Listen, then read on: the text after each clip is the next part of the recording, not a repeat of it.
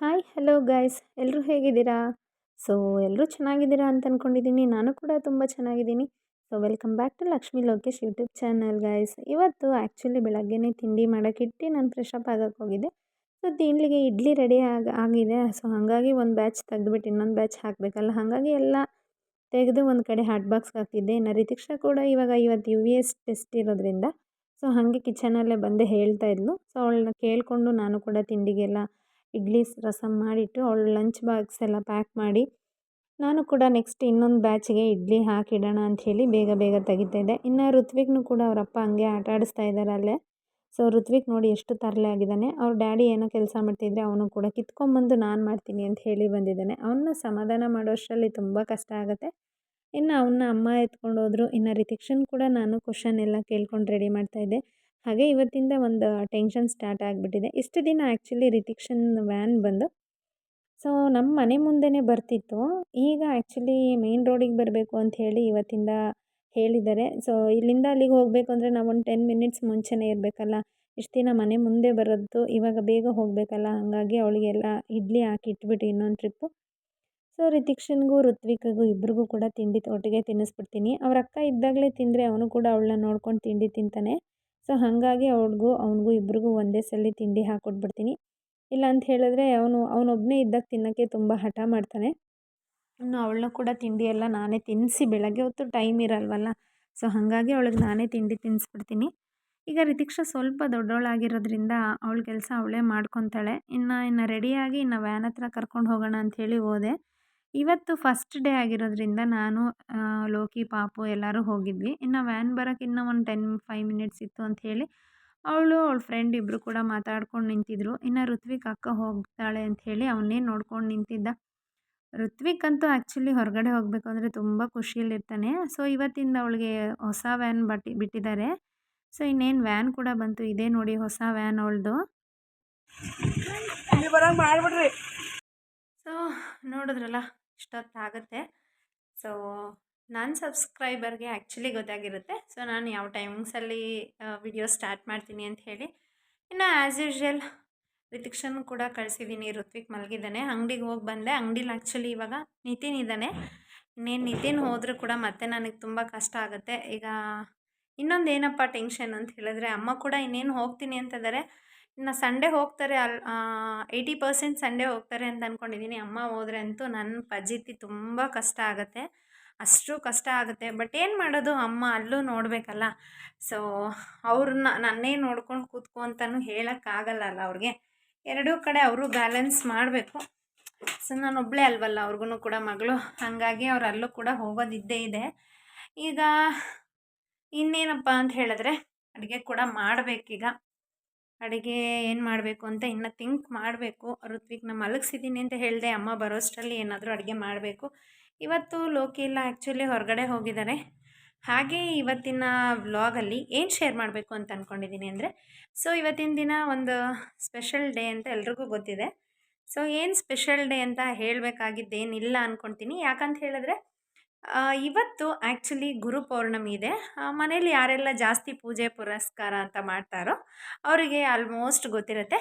So ಇವತ್ತು ಯಾವ ದಿನ ಅಂತ. ಹಾಗೆ ಇವತ್ತು ಡಬಲ್, ಒಂದು ಕಡೆ ಗುರುವಾರ ರಾಘವೇಂದ್ರ ಅವರದ್ದು ದಿನ ಆದರೆ ಇನ್ನೊಂದು ಕಡೆ ಇವತ್ತು ಗುರು ಪೌರ್ಣಮಿ ಕೂಡ ಬಂದಿದೆ. ಇವತ್ತು ಯಾರೆಲ್ಲ ಪೂಜೆ ಮಾಡ್ತಾಯಿದ್ದೀರಾ ಅವ್ರಿಗೆಲ್ಲ ಒಳ್ಳೆಯದಾಗಲಿ ಅಂತ ಕೇಳ್ತಾ, ಇವತ್ತಿನ ವ್ಲಾಗಲ್ಲಿ ಏನು ಮಾಡಿದ್ರೆ ತುಂಬ ಒಳ್ಳೆಯದಾಗುತ್ತೆ, ಇವತ್ತಿನ ದಿನ ಯಾವ ಮಿಸ್ಟೇಕ್ ಮಾಡಬಾರ್ದು ಅನ್ನೋದನ್ನು ಕೂಡ ನಿಮ್ಮ ಜೊತೆ ಶೇರ್ ಮಾಡ್ಕೊತೀನಿ. ಹಾಗೆ ಇವತ್ತಿನ ತಿಂಡಿಗೆ ನಾನು ಇಡ್ಲಿ ಮತ್ತು ಸಾಂಬಾರು ಮಾಡಿದ್ದೆ. ಇವತ್ತು ಯಾಕೆ ಸಾಂಬಾರು ಮಾಡಿದ್ದೀನಿ ಅಂತಲೂ ಕೂಡ ಹೇಳ್ತೀನಿ. ಯಾಕೆಂತ ಹೇಳಿದ್ರೆ ಚಟ್ನಿ ಮಾಡಿದ್ರೆ ಅದರಲ್ಲಿ ಬೇರೆ ವಿಶೇಷತೆ ಇದೆ. ಅದೇನು ಯಾಕೆ ಮಾಡಲಿಲ್ಲ, ಹಾಗೆ ಇವತ್ತು ಏನು ಮಾಡಬಾರ್ದು ಹೆಣ್ಮಕ್ಳು ಮನೇಲಿ ಅನ್ನೋದು ಇವತ್ತು ನಿಮ್ಮ ಜೊತೆ ಶೇರ್ ಮಾಡೋಣ ಅಂದ್ಕೊಂಡಿದ್ದೀನಿ. ಸೊ ಹಾಗಿದ್ರೆ ಬನ್ನಿ ವಿಡಿಯೋ ಕೂತ್ಕೊಂಡು ಸ್ಟಾರ್ಟ್ ಮಾಡೋಣ. ಇವತ್ತಿನ ದಿನ ಏನು ಮಾಡಿದ್ರೆ ಒಳ್ಳೆಯದು ಅಂತ ಗಾಯ್ಸ್.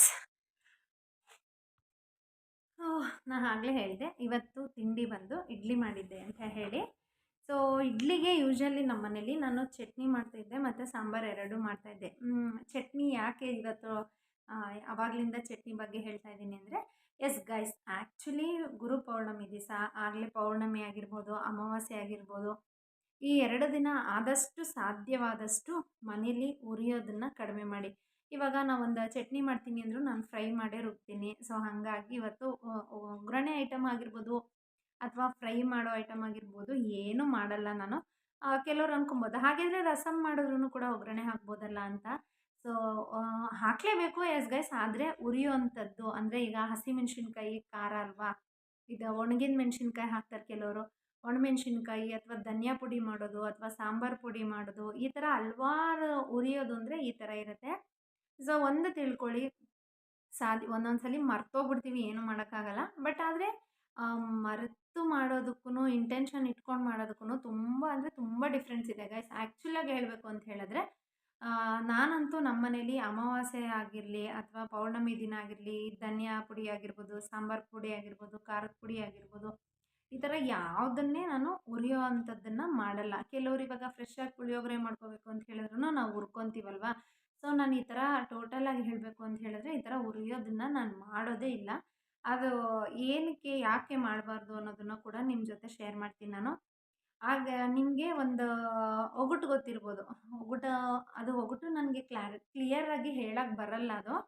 ಬಟ್ ಅದನ್ನು ನೀವು ತುಂಬ ಜನ ಯಾರಾದರೂ ದೇವ್ರ ಮೇಲೆ ಭಕ್ತರಿರೋರಾಗಿದ್ದರೆ ಒಂದು ಹಾಸನಾಂಬ ದೇವರು. ಸೊ ಹಾಸನಾಂಬ ಚರಿತ್ರೆನ ನೀವು ನೋಡಿ ನಿಮಗೆ ಗೊತ್ತಿರುತ್ತೆ. ಹಾಸನಾಂಬ ಚರಿತ್ರೆ ದೇವಸ್ಥಾನದಲ್ಲೂ ಅಷ್ಟೇ, ಹಾಸನಾಂಬದ ಅಲ್ಲೂ ಅಷ್ಟೇ ಯಾವುದೇ ರೀತಿ ಶುಕ್ರವಾರ ಮಂಗಳವಾರನೂ ಕೂಡ ಅವರು ಉರಿಯಲ್ಲ. ಯಾಕೆ ಉರಿಯಲ್ಲ ಅಂತ ನಾನು ಹೇಳ್ತೀನಿ ಇದೆ. ಎಸ್ ಗೈಸ್, ಆ್ಯಕ್ಚುಲಿ ಹೇಳಬೇಕು ಅಂತ ಹೇಳಿದ್ರೆ ಈ ಅಮಾವಾಸ್ಯೆ ದಿನ ಮತ್ತು ಪೌರ್ಣಮಿ ದಿನ ಈ ಶುಕ್ರವಾರ ಮಂಗಳವಾರ ಇದೆಲ್ಲ ಧನಿಯಾ ಪುಡಿ ಈ ಥರ ಏನು ಮಾಡ್ಕೊತೀವಿ ನಾವು ಹೆಣ್ಮಕ್ಳು ಉರಿಯೋ ಅಂಥದ್ದು, ಅದನ್ನು ಮಾಡಿದ್ರೆ ಲಕ್ಷ್ಮಿ ಬರಲ್ಲ ಅಂತ ಒಂದು ಸಂಕೇತ. ಕೆಲವ್ರು ಅನ್ಕೊಬೋದು ಇದೆಲ್ಲ ಫೇಕ್ ಇರಬಹುದು, ಏನೋ ಒಂದು ಕಂಟೆಂಟ್ಗೋಸ್ಕರ ಏನೋ ಒಂದು ವಿಡಿಯೋಗೋಸ್ಕರ ಇವ್ರು ಮಾಡ್ತಾರೆ ಅಂತ. ನಾನು ಆಗಲೇ ಹೇಳಿದೆ ನಿಮಗೆ, ಯಾರಾದರೂ ಹಾಸನಲ್ಲಿ ಇರೋರಾಗಿದ್ದರೆ ಅಥವಾ ಹಾಸನಾಂಬೆ ಚರಿತ್ರೆ ಬಗ್ಗೆ ತಿಳ್ಕೊಂಡಿರೋರಾಗಿದ್ದರೆ ಸೊ ಅವ್ರು ಅದರಲ್ಲಿ ಫುಲ್ಲು ಕ್ಲಿಯರಾಗಿ ಹೇಳಿರ್ತಾರೆ. ಶುಕ್ರವಾರ ಮಂಗಳವಾರ ಮತ್ತು ಅಮಾವಾಸ್ಯೆ ಹುಣ್ಣಿಮೆ ದಿನ ಉರಿಯೋವಂಥದ್ದನ್ನು ಮಾಡಬಾರ್ದು ಅಂಥೇಳಿ ಆ ದೇವ್ರದ್ದು ಒಂದು ಚರಿತ್ರೆಯಲ್ಲೇ ಕೂಡ ಇದೆ. ಆ ಒಂದು ಊರಲ್ಲಿ ಆ ದೇವ್ರು ನೆಲೆಸಿರುತ್ತೆ ಹಾಸನಾಂಬ ದೇವರು. ಅಲ್ಲಿಂದ ಎಲ್ಲರೂ ಉರಿತಾ ಇರೋದು ಡೈಲಿ ಶುಕ್ರವಾರ ಮಂಗಳವಾರ ಅಂದಿರನೇ ಎಲ್ಲ ಉರಿತಾ ಇರ್ತಾರಲ್ಲ ಹೆಣ್ಮಕ್ಳು.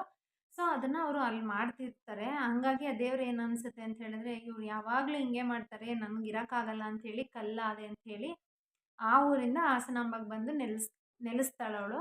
ಸೊ ಹಾಗಾಗಿ ಹಾಸನಾಂಬ ದೇವಸ್ಥಾನದಲ್ಲೂ ಕೂಡ ವರ್ಷಕ್ಕೆ ಒಂದೇ ಸಲ ಪೂಜೆ ಮಾಡೋದವರು. ಯಾಕೆಂತ ಹೇಳಿದ್ರೆ ಆವತ್ತಿನ ದಿವಸನೂ ಕೂಡ ಅವರು ಉರಿಯೋವಂಥದ್ದು ಅದೆಲ್ಲ ಮಾಡಲ್ಲ. ಯಾರಾದರೂ ಇನ್ನೂ ಹಾಸನಾಂಬ ದೇವಸ್ಥಾನಕ್ಕೆ ಹೋಗಿರೋರು ಅಥವಾ ಕೆಲವೊಮ್ಮೆ ದೊಡ್ಡವರು ಹೇಳ್ತಾ ಇರ್ತಾರೆ, ಕೆಲವ್ರು ಮನೇಲಿ ಕೂಡ ಹೇಳಿರ್ತಾರೆ. ಸೊ ಆ ತಪ್ಪನ್ನು ಮಾಡಬೇಡಿ ನೀವು. ಒಂದೇ ಕಾರಣ ಅವ್ರ ಮನೇಲಿ ಜಾಸ್ತಿ ದಿನ ಲಕ್ಷ್ಮಿ ನೆಲೆಸಲ್ಲ ಅಂತ.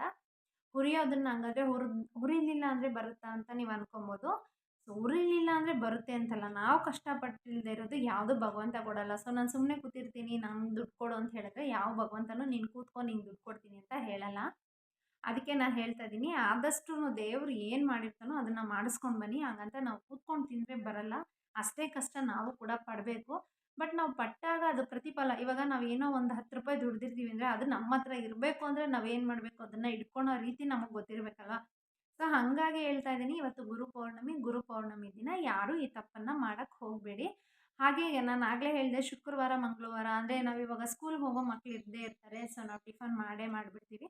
ಸೊ ಟಿಫನ್ ಮಾಡಬೇಕಾದ್ರೆ ಒಗ್ಗರಣೆ ಹಾಕ್ಕೋತೀವಿ. ಒಗ್ಗರಣೆ ಹಾಕೋದಕ್ಕೂ ಉರಿಯೋದಕ್ಕೂ ತುಂಬ ಅಂದರೆ ತುಂಬ ಡಿಫ್ರೆನ್ಸ್ ಇದೆ. ಯಾವುದೇ ಕಾರಣಕ್ಕೂ ಮಸಾಲೆ ಐಟಮ್ಸ್ನ ಅಂದರೆ ಮೆಣಸಿನ ಪುಡಿ ಮಾಡ್ಕೊಳೋರು, ಈ ಧನಿಯಾ ಪುಡಿ ಮಾಡ್ಕೊಳೋರು, ಈ ಥರದವರು ಈ 4 ದಿವಸ ಅಂದರೆ ಶುಕ್ರವಾರ ಆಗಿರ್ಬೋದು, ಮಂಗಳವಾರ ಆಗಿರ್ಬೋದು ಅಥವಾ ಅಮಾವಾಸ್ಯೆ ಪೌರ್ಣಮಿ ಆಗಿರ್ಬೋದು, ಈ 4 ದಿವಸ ಯಾರು ಇದನ್ನು ಮಾಡಬೇಡಿ ಅಂತ ಹೇಳ್ತೀನಿ. ಸೊ ವಿಡಿಯೋ ಇಷ್ಟ ಆಗಿದೆ ಅಂದ್ಕೊಳ್ತೀನಿ. ಹಾಗೆ ನಾನು ಕೊಟ್ಟಿರೋ ಮಾಹಿತಿ ಕೂಡ ನಿಮ್ಗೆ ಇಷ್ಟ ಆಗಿದೆ ಅಂದ್ಕೊಳ್ತೀನಿ. ಇಷ್ಟ ಆಗಿದ್ದರೆ ಲೈಕ್ ಮಾಡಿ, ಹಾಗೆ ಸಬ್ಸ್ಕ್ರೈಬ್ ಮಾಡೋದನ್ನು ಮರಿಬೇಡಿ ಅಂತ ಹೇಳ್ತಾ ಇವತ್ತಿಗೆ ಇಲ್ಲಿನ ವ್ಲಾಗ್ ಮುಗಿಸ್ತಾ ಇದ್ದೀನಿ. Thank you for watching. Video ಇಷ್ಟ ಆಗಿದ್ರೆ ಲೈಕ್ ಮಾಡಿ.